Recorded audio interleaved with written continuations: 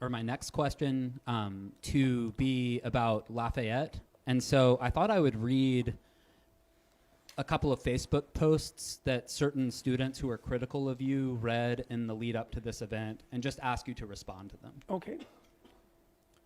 So this is a student writing, Lafayette College, I am utterly disappointed that you're allowing this to take place on our campus. I thought we went through this last semester with Roaming Millennial. Inviting hateful speakers who make wildly unsubstantiated claims is not going to fly with the student body. I get it. The Mill Series events are private and not endorsed by the college, but you absolutely have the power to make a statement on this. The fact that you're not is an embarrassment to our community. If you believe this man is a legitimate source of knowledge because he has a degree in clinical psychology, feel free to ask our psychology department faculty and counseling center staff about the validity of his claims. I'm certain they would not endorse this speaker. Do better, in all caps.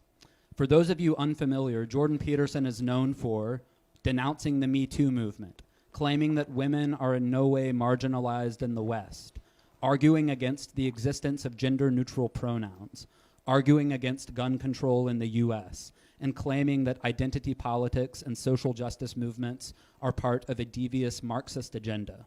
And then another student responded, and this is briefer.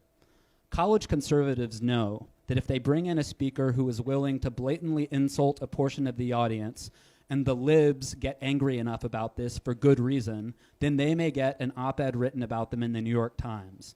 As a result, there are a whole group of hacks, like Milo and Peterson, who get famous and invited purely for their promise to misgender trans students and advocate provocative but ultimately toothless arguments about social Darwinist race theory.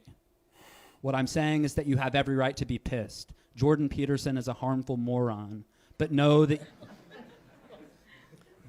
you being pissed is also 100% of the point of why he was invited. He's not a conservative. He's just a guy who's mildly racist enough to offend college liberals and therefore secure wins for the cultural right.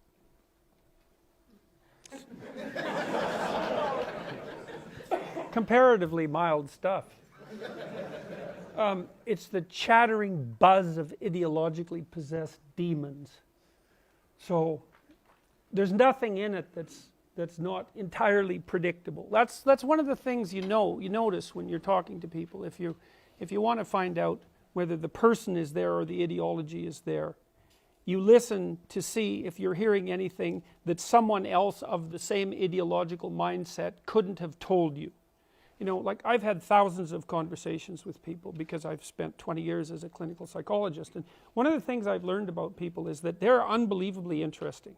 If you get someone to sit down and you move past the superficial, which you can actually do quite rapidly, they'll tell you all sorts of things that only they know, that are unbelievably enlightening about their own peculiar problems, about the way they look at the world, about their idiosyncratic familial dynamics, like just fascinating personal stuff. It's the stuff of great novels, you know, and this is ordinary people. I don't really think there is an ordinary person exactly. There's the facade of ordinariness, but behind that, people are very rarely ordinary.